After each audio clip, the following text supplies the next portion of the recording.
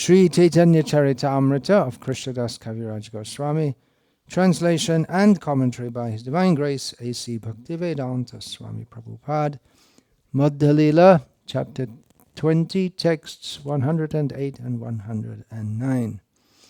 Jibe Sharup Hoy Krishna Nitya Das Krishna Tatastha Shakti Bheda Bhed Prakasha Sujangsha Kiran Joyche Agni Jala Choi Shabhavik Krishna Tin Praka Shakti Hoy Jibe Swarup Hoy Krishna Nitya Krishna Tatastha Shakti Bheda Bhed Prakash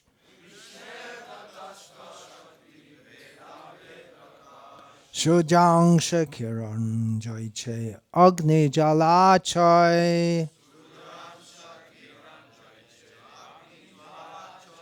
Shabhavik Krishna Tin Prakash Shakti Hoy Jibe Swarup Hoy Krishna Nitya Krishna Tatastha Shakti Bheda Bhed Prakash Surjangsha Kiran Joyche Agni Jala Choi Shabhavik Krishna Tin Prakash Shakti Hoy.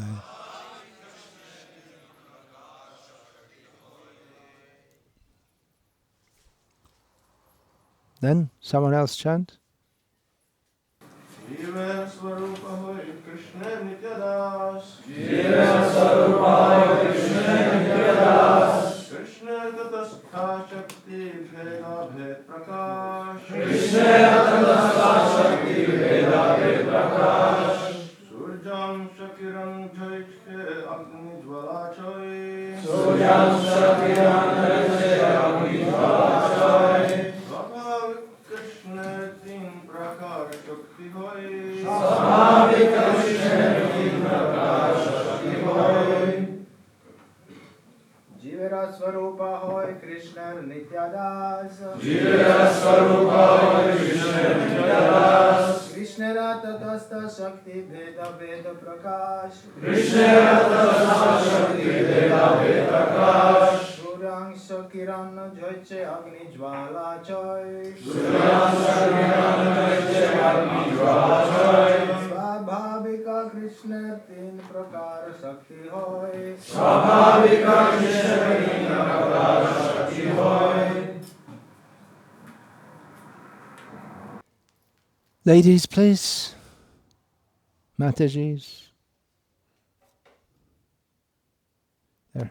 Oh, you're also part and parcel of Krishna. That's the subject of the verse. 2 verses. All right, I'll go ahead. Jibera of the living entity. Sharup, the constitutional position. Hoy is Krishna of Lord Krishna. Nitya-das, eternal servant. Krishna of Lord Krishna. Tatastha, marginal. Shakti, potency. Bheda, abheda, one and different. Prakasha, manifestation. Surja, angsha, part and parcel of the sun. Kiran, a ray of sunshine. Joyche, as. Agni, Jala, Choi, molecular particle of fire. Shabhavik, naturally. Krishna, of Lord Krishna. Tin, prakar, 3 varieties. Shakti, energies. Hoy, there are. Translation, it is the living entity's constitutional position to be an eternal servant of Krishna because he is the marginal energy of Krishna and a manifestation simultaneously one with and different from the Lord. Like a molecular particle of sunshine or fire, Krishna has 3 varieties of energies. Purport. Srila Bhaktivinoda Thakur explains these verses as follows. Sri Sanatana Goswami asked Sri Chaitanya Mahaprabhu, "Who am I?" In answer, the Lord replied, "You are a pure living entity. You are neither the gross material body nor the subtle body composed of mind and intelligence. Actually, you are a spirit soul, eternally part and parcel of the Supreme Soul, Krishna. Therefore, you are his eternal servant. You belong to Krishna's marginal potency. There are 2 worlds, the spiritual world and the material world, and you are situated between the material and spiritual potencies. You have a relationship with both the material and the spiritual world. Therefore, you are called the marginal potency. You are related with Krishna as one and simultaneously different. Because you are spirit soul, you are one in quality with the Supreme Personality of Godhead. But because you are a very minute particle of spirit soul, you are different from the Supreme Soul. Therefore, your position is simultaneously one with and different from the Supreme Soul. The examples given are those of the sun itself and the small particles of sunshine, and of a blazing fire and the small particles of fire." And that's the end of the quote from Srila Bhaktivinoda Thakur, and Srila Prabhupada finishes the purport with one more sentence. Another explanation of these verses can be found in Adi Leela chapter 2, verse 96. Rishikesh Prabhu, please get me back to the notes. Om Ajnanatimirandhasya Jnananjana Shalakaya Chakshurunmilitam Yena Tasmai Shri Gurave Namaha Nama Shreshtham Manum Api Shatiputram Atra Swarupam Rupam Tasyagrajam Urupuring Maturim Goshtavahartim Radha Kundam Girivaramaho Radhika Madhavasham Prapto Yasya Pratita Kripaya Shri Gurum Tam Natosmi Vandeham Shri Guru Shriyataf Padakamalam Shri Gurun Vaishnavangscha Shri Rupam Sagrajatam Sahagarna Raghunatan Vitam Tam Sajivam Sadvaitam Savadhutam Parajana Sahitam Krishna Chaitanya Devam Shri Radha Krishna Pada Sahagana Lalita Shri Vishakhan Vitamscha Guru Vaishnav Bhagavan Tine Smarane Hoy Bigna Binashan Anayashe Hoy Nija Vanchita Puran. Hare Krishna, Krishna Krishna, Hare Hare, Hare Rama, Rama Rama, Jiveswarup Hoy Krishna Nitya Das. I presume we've all heard this statement many, many times. Precisely defines who we are. Chaitanya Mahaprabhu's pinpointing definition of who we are In the beginning of Bhagavad Gita, Lord Krishna defines what we are not. We are not the body. We've all heard that many times before. You are not that body. It doesn't sound true, does it? It seems like we're the body. But by analysis we can understand. The body is temporary, I am eternal. But then, what am I? Krishna gives the idea, or explains that the jivas are his parts, in the 15th chapter of Bhagavad Gita. What is that verse? First two lines explains. Mamai vangsho jiva loke jiva bhuta sanatanaha.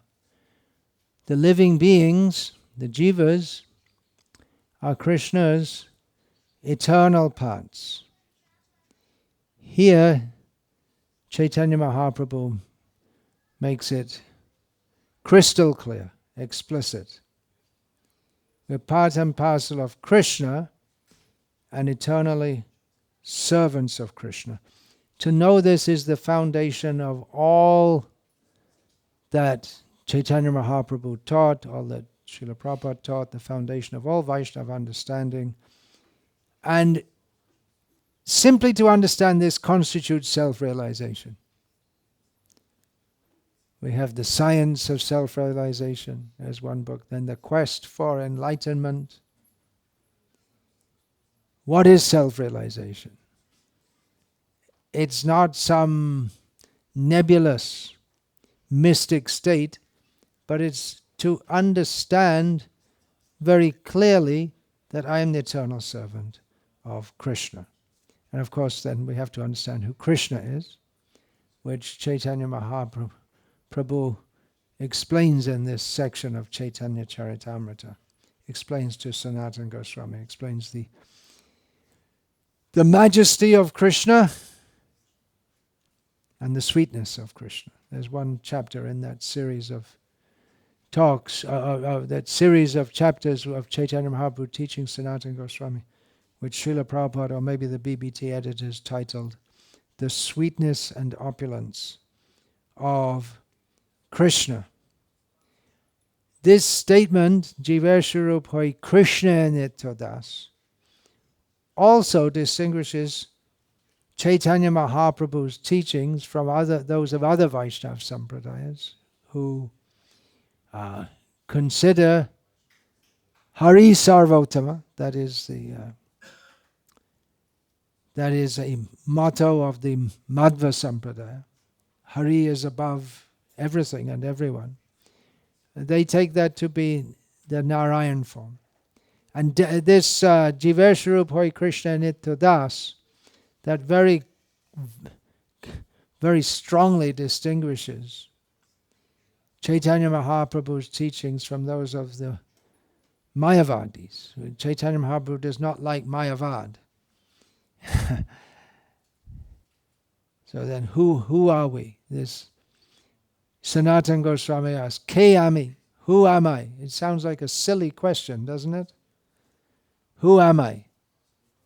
We often ask someone, who are you? But if you go to someone and ask, who am I? Generally that would be considered a very strange question. Sanatana Goswami's identity was previously seen as the very powerful, prestigious, respected minister in the government of Nawab Hussain Shah, very powerful and influential position. That was his identity. He had left that identity behind and took up another identity.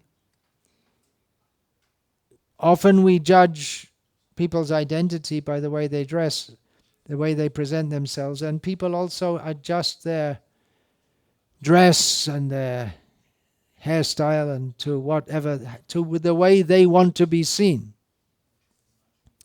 Which adds to the answer to the question, why am I pressing on having Vaishnav dress?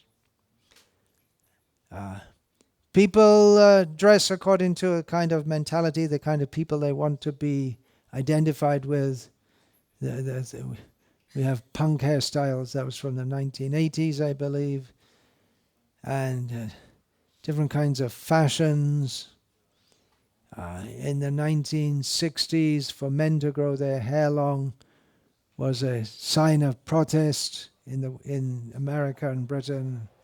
It was a sign of protest against the established culture, and for women to cut their hair similarly was somewhat of a it was, at that time, it was considered for women to wear trousers or jeans, that was considered no, that shouldn't be done, but they did it. They wanted to assert their identity differently from that which was they felt was imposed upon them by the society. But we all have an identity. Everyone in this world. For humans, it becomes more difficult. For animals, it's fairly easy because they're so much conditioned by their conditioning. A dog can only think like a dog. A cat can only think like a cat. We don't. So a human, they have identity, and I am this body, and from that misunderstanding expands the misunderstanding that I am a member of a certain family, I'm a member of a certain social group, I'm a member of a certain income group. And in the developed Western world, you can choose all different kinds of identities. People seek identity. Often we have, in the modern world, this idea of find yourself. Who is the real you? Because there are so many different kinds of dresses you can wear and different persona you can project. You know this word persona?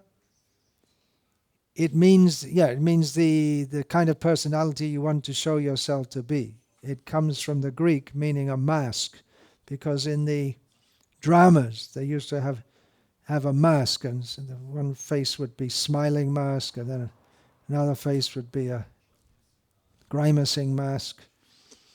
And people don't know, where do I belong?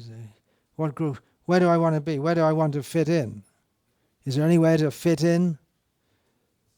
People seek a sense of belonging. It wasn't that identity crisis was not part of the traditional world. There was no such thing as an identity crisis. 100 years ago, someone growing up in this area, their identity, they never think what their identity is. It's just you're a villager in whatever it was 100 years ago. I don't know what it was. What country was this 100 years ago? Anyone know? Part of the Ottoman Empire? No, that was already broken up. Part of Yugoslavia? Kingdom of Croatia, Serbia, Slovenia, which later became Yugoslavia by adding Macedonia and Montenegro and Bosnia, I guess. So anyway, people grow up and they think I'm a Croatian or I'm a Serbian, and a male and a female. They didn't have any confusion about that. And they just expect they'd be working in the fields with their father, and then they'd marry some village girl from the next village or something. They didn't have an identity crisis. They knew who they were. Today, people are not so sure, because there are so many things you can be, and there are so many things you can identify with. So people identify themselves as I was saying, like a punk, or when I was a kid, growing up in England, there were mods and rockers. mods, young people were divided into two groups which would fight each other. I heard in Croatia that on the coast they're shocked by the British being hooliganistic, but it's nothing new.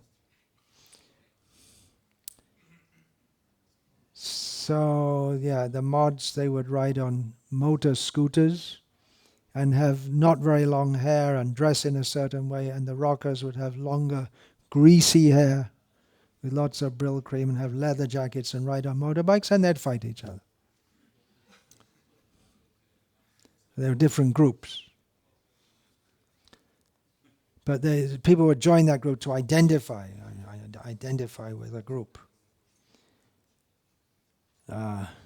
Maybe one reason that's in psychology they say people join a group like a Hare Krishna movement or become a Muslim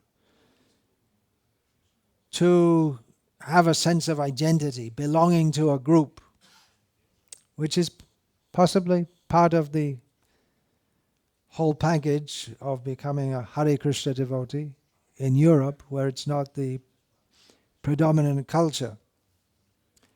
There are so many identities. How many identities have we had? Before I was a snake, before I was a dog, before I was an Indra, before I was a worm in Indra's stool. I don't know if they have worms in stool up there, but anyway, worm in someone's stool. But our real identity is Krishna Das. Ami Siddha Krishna Das. Ei kotha bhule. Mayar nafar hoya chirodin bhule. This is paraphrasing this from Jagadananda's Prema Bibharta. It's paraphrasing this.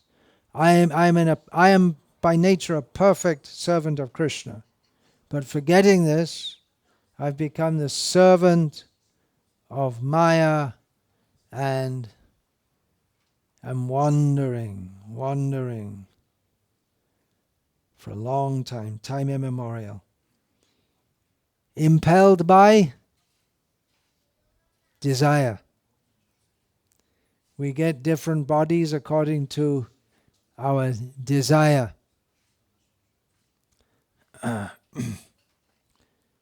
Our desire and we get what we want and what we deserve. So it's a mixture, and it's all processed by Krishna as Paramatma. We desire something, we get it. We might not, according to our level of deserving, we get what we want. I've given this example many times. Someone may desire to be a great leader and respected by others. So in his next life that desire may be fulfilled, but if he's impious, he may become the leader of a pack of dogs. So he gets the being a leader, but it's a leader of a pack of dogs. And we have so many desires. Hoya maya das kori nana abhilash. When we become the servant of Maya instead of the servant of Krishna, we have so many desires. Bahu shaka hyanantascha. So many even branched off desires, and one desire leads to another. But our desire can never be satisfied. This emptiness in our heart cannot be satisfied unless and until we identify ourselves as the servant of Krishna, because only Krishna can satisfy us. Nothing else can satisfy us. It's the illusion of Maya that we will be satisfied by various kinds of sensual experiences. But the mind and the body combined have an unlimited capacity, or there are unlimited kinds of sensual experiences.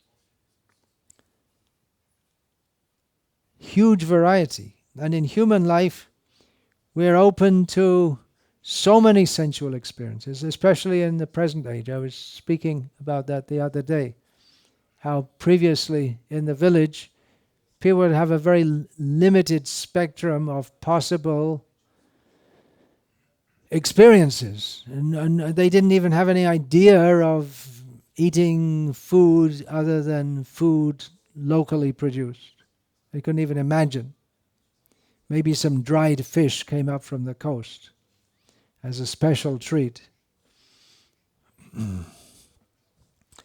But the possibilities of sensual experience is very limited. But in the present age, that's been developed, increased exponentially with the globalization and bringing products from one place to another and advertising and all kinds of foods we can enjoy. Sex can be enjoyed in various ways which previously most people probably didn't even imagine. Seeing, with YouTube we can see so many things, and we identify with a certain set of sensual experiences, or the kind of sensual experiences we gravitate toward. As humans, in the human body, we have a wide variety of possible sensual experiences, and we tend to gravitate toward a particular set of sensual experiences, and then that shapes our identity. For instance, someone could be a gourmet. They're very interested in eating high-class food. That means meat, fish, and eggs cooked in a high-class way. In a very fine way. You have to have a gourmet chef, Michelin 5 stars. And then you identify yourself as a connoisseur of fine food, fine wine. Well, that's one kind of way of identifying yourself with the tongue. Or you could identify yourself as I eat. There's a previous President of the United States who was into promoting, I eat fast food, real American food, McDonald's. On the other end of the spectrum from the Michelin 5 star. I don't think McDonald's has any stars. I don't know, but probably not. So you can, even the kind of food you eat, that is a kind of identity, isn't it? The kind of class person you are. In North London, there used to be an area, I don't know if they used to call it the muesli belt, because people living in that area were mostly kind of little, thinking of the good of the body, and instead of the traditional egg and bacon, if you could afford it, British breakfast, or Kellogg's cornflakes if you couldn't afford it, then you would eat muesli for breakfast, and you're more high class and then more conscious of the body, health conscious. So there was one area of North London, they used to call it the muesli belt. And in Scotland,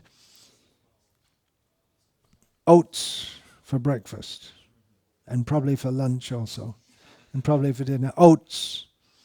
A real Scotsman eats oats, so that's part of your national identity. And no milk. You don't salt and water, no milk. A real Scotsman, there's a saying, a real Scotsman doesn't eat oats with milk. So if you're going to be a real Scotsman, for all it's worth, the Scottish are very, very proud of being Scottish. I don't know why, but they are. Most people are proud of their national identity. Foolishness. But it's part of being a Scotsman. You've got to eat oats without milk. What else? I am a very moral person. sense of identity, uphold your prestige. Or someone may present themselves, I'm very immoral. See me. I don't care for all your morals. I'll do what I like. I'll take your daughter and your wife and what can you do? People want to be identified as rich, prestigious, and their foolish desires to be seen as rich and prestigious is exploited by all these companies that make branded products, and they have fancy handbags and they sell them for a huge price when it's just a piece of plastic with some special name on it, that's all. But because the brand name is, and they don't produce them in large quantities, only in a limited number, so you get your prestige by showing off your handbag. Or it used to be in Bangladesh, I used to see that if someone bought a foreign pair of jeans, which was very expensive, the tab would come on the back, like Levi's, that would be on the back. On this part here, I don't know if you remember, right? It's there. So, but it wouldn't be seen very well there, so they'd take it off and put it on their knee. So people can see. They want to be identified as someone who is able to afford a foreign pair of jeans. Just look at me. Proud, aristocracy. Proud. I am proud to be British. I am proud to be Croatian. I am proud to be Czech. And so on. I am proud to be Slovak, or whatever it may be. If you haven't heard of Slovakia, don't worry.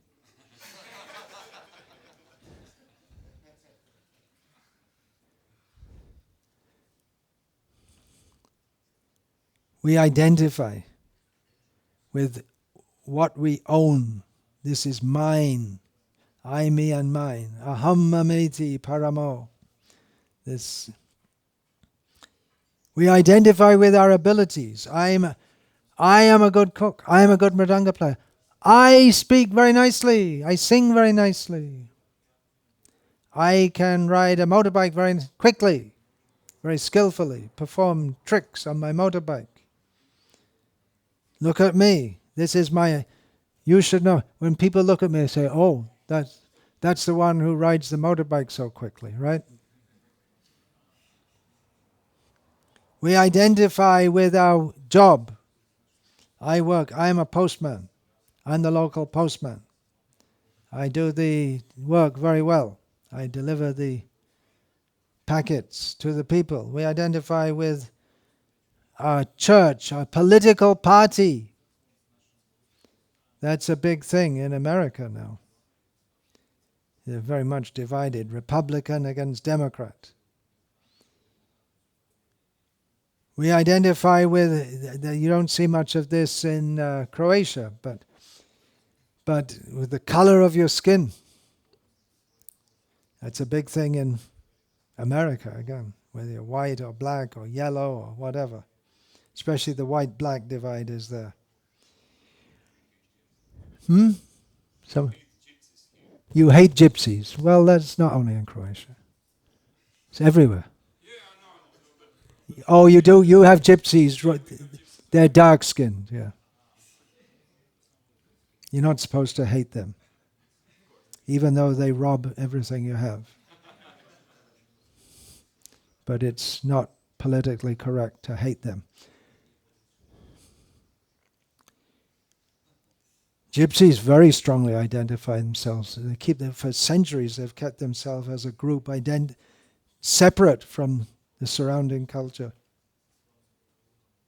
Jews also, wherever they go, they keep themselves as a strong group, separate.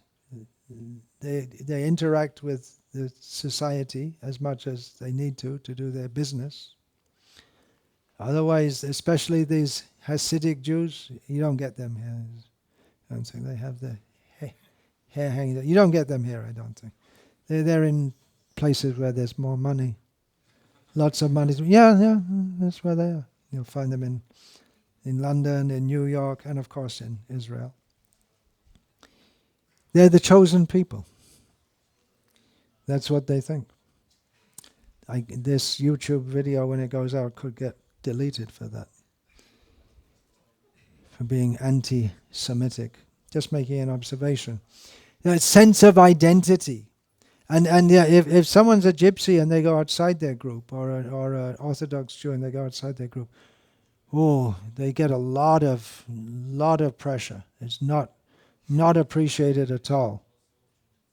Very strong pressure to remain within the group and keep up that identity.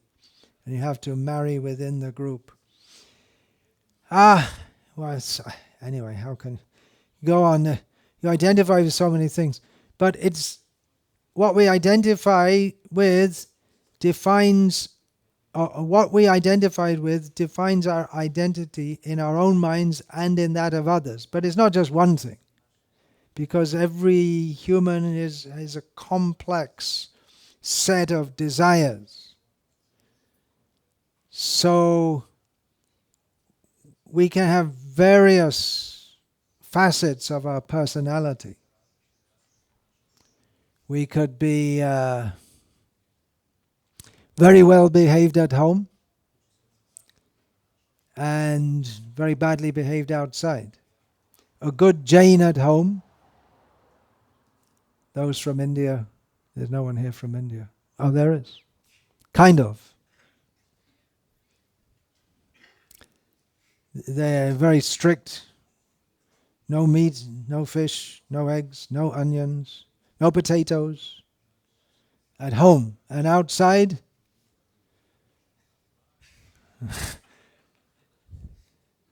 not. So different, you identify it. When you go with your Jain friends to the lowest class meat restaurant, and at home you're a strict Jain. It could be, for instance. It's not that all Jains do that. I'm just giving an example. You could be a good Catholic. Let's think of something realistic for Croatia. You're a good Catholic. To be a good Croatian, you have to be a good Catholic. Is that right? That's part of the national identity. A good Croatian means a good Catholic, and you're interested in football. You support a certain football team, Lika United or something.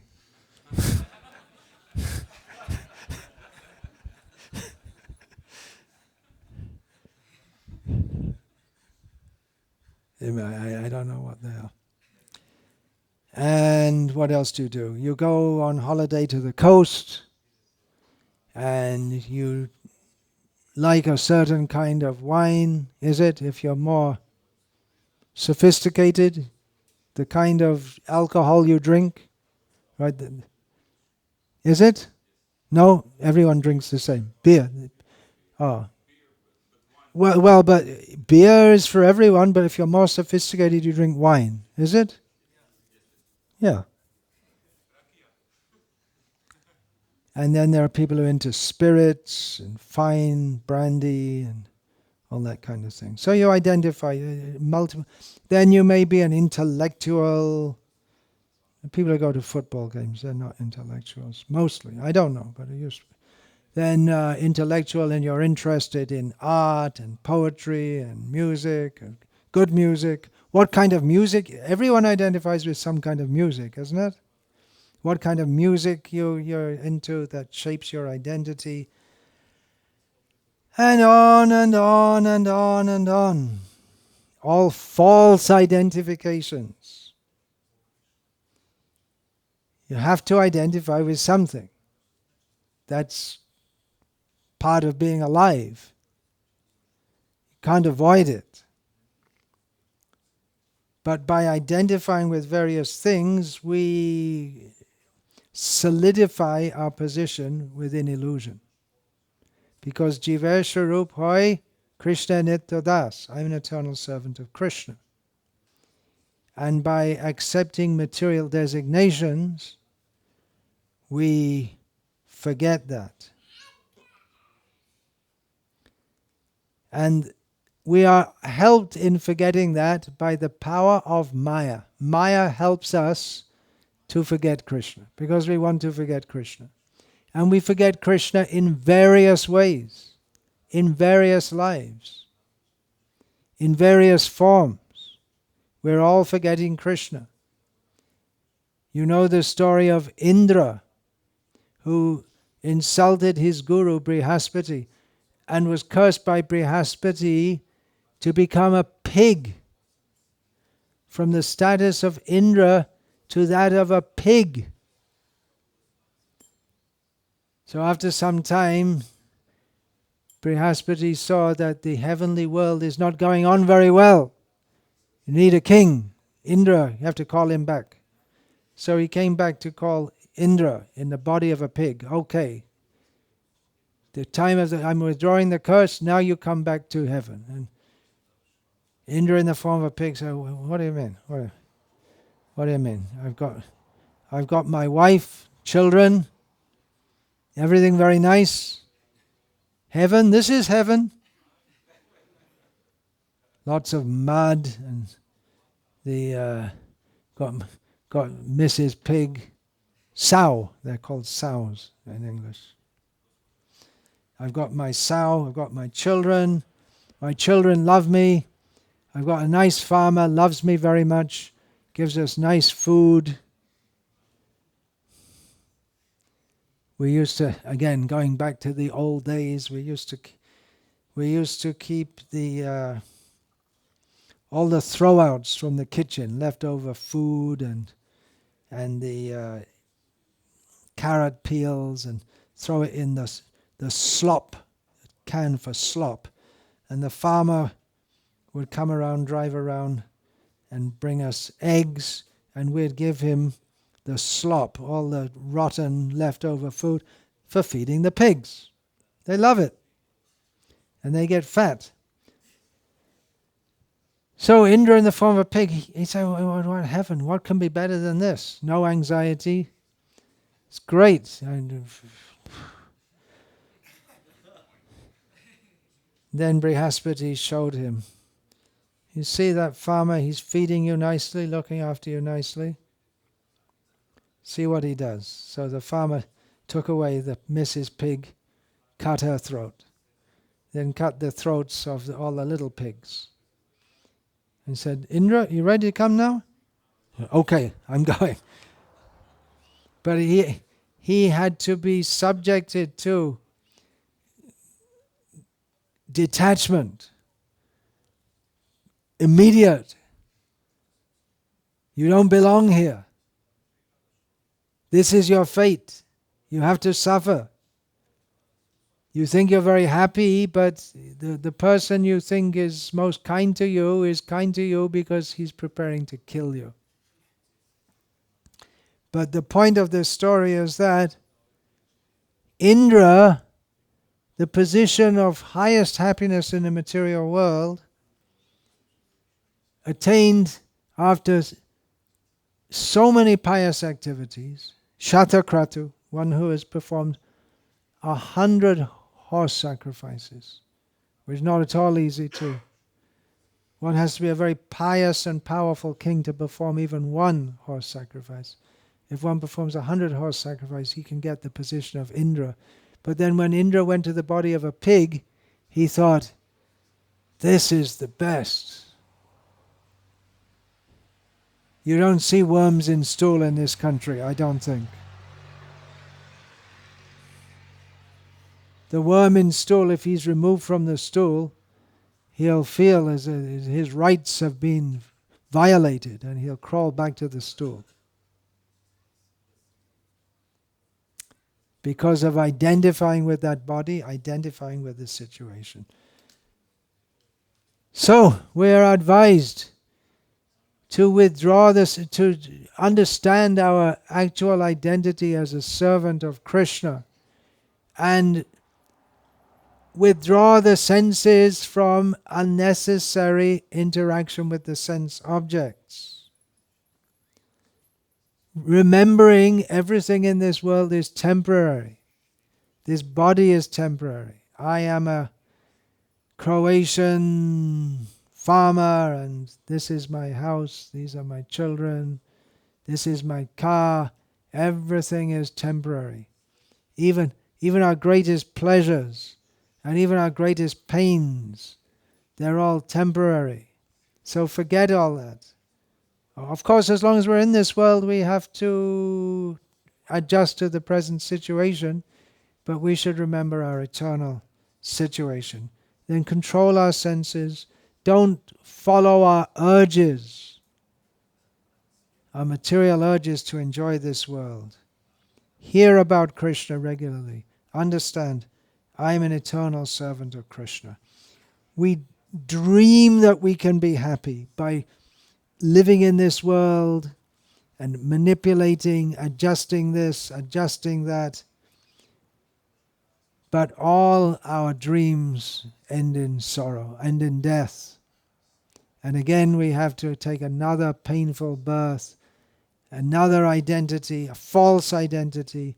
All our schemes for becoming happy, they don't work. Or even if they apparently work, they're all smashed. Mrityu sarvaharaschaham.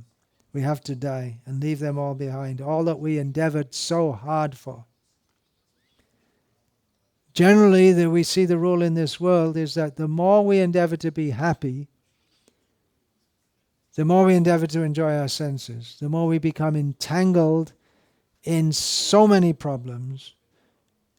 And even if we make elaborate plans to solve all our problems, another set of problems come. And often, by making schemes to solve our problems, we end up with more problems than we started with. And a great example of that is the mechanized civilization.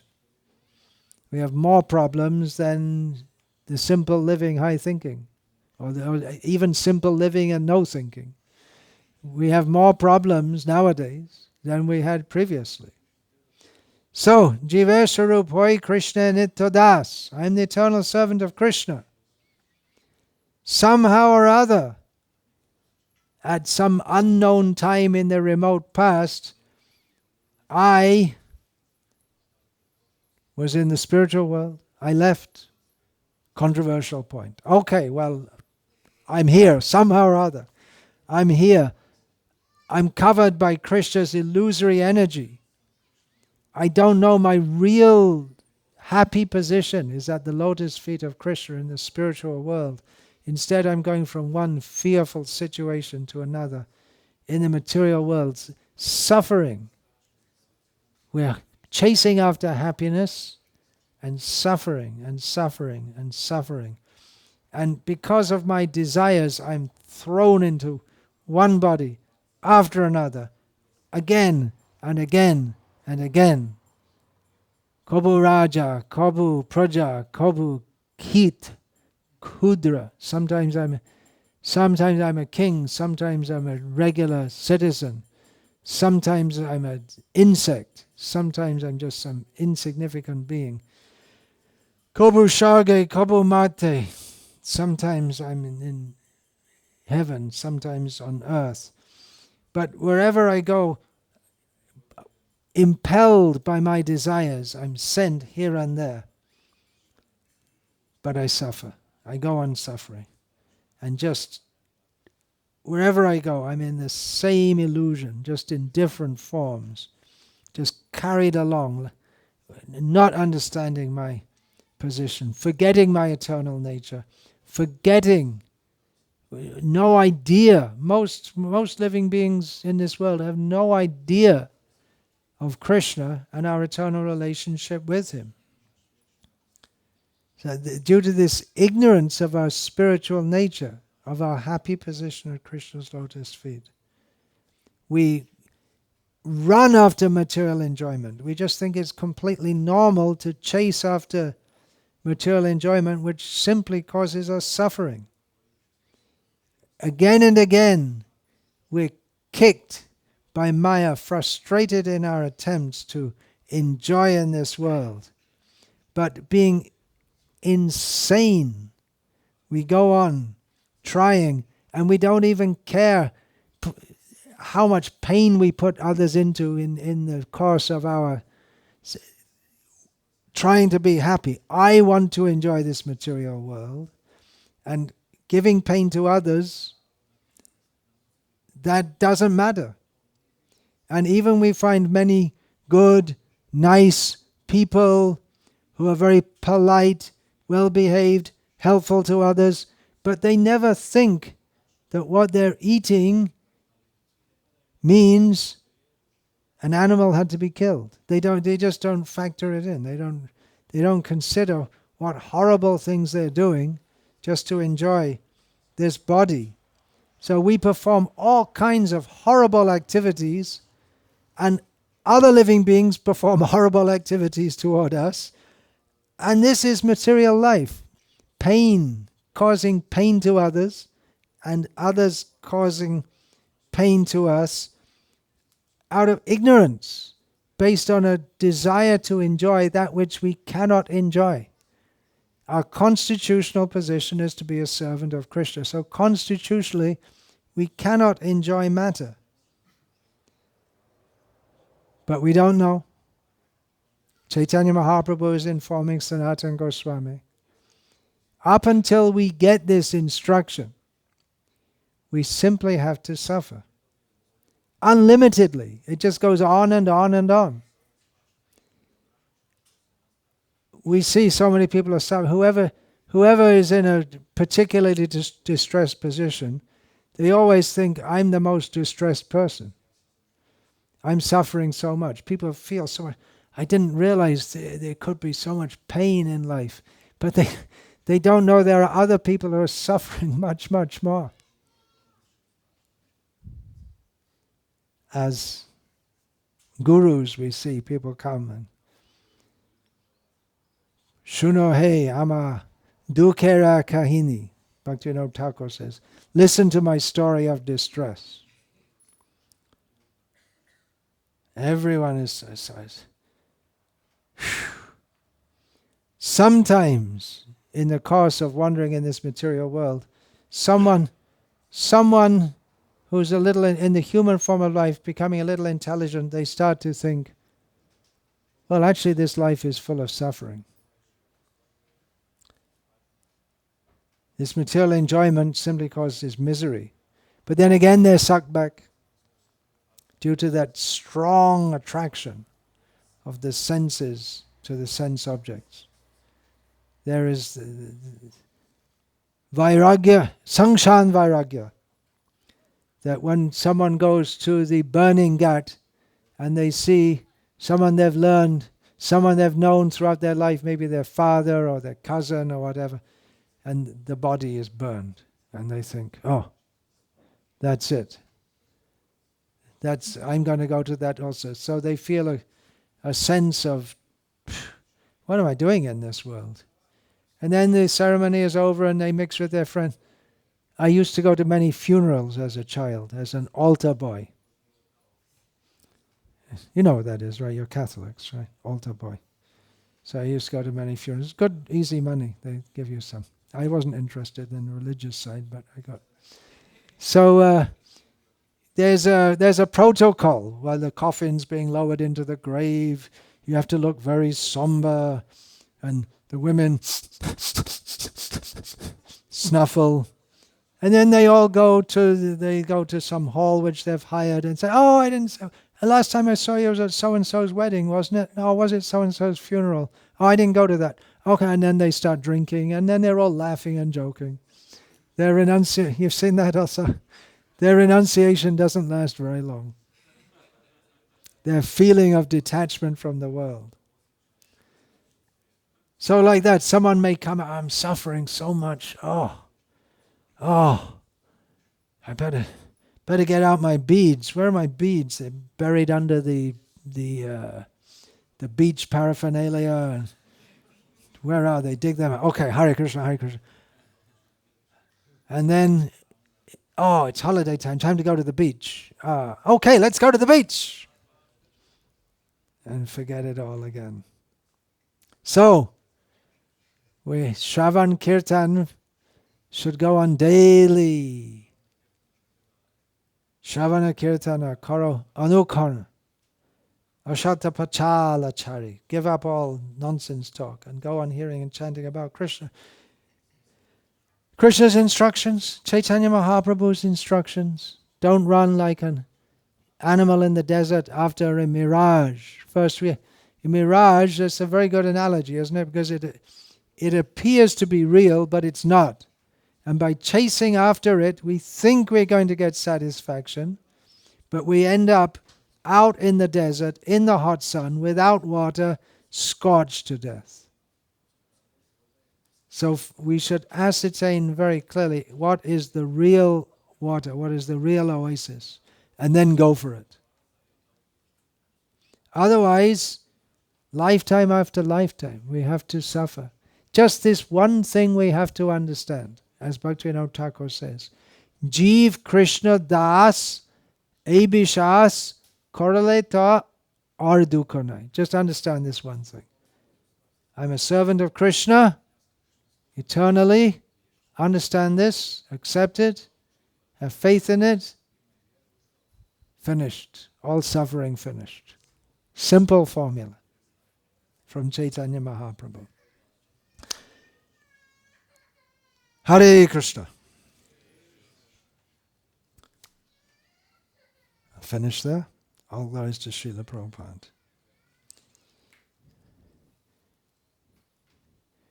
Dante nitaya tirnakang padayane patya kritva chaka kushatam etad aham ravimi he sadava sakala eva vihaya durad gauranga chandra charane kurutanu ragaha parivadatu jano yata tata va nanu makarona vayang vicharyamaha harirasa madira madhati mata bhuvi vilutama nartama nirvishama.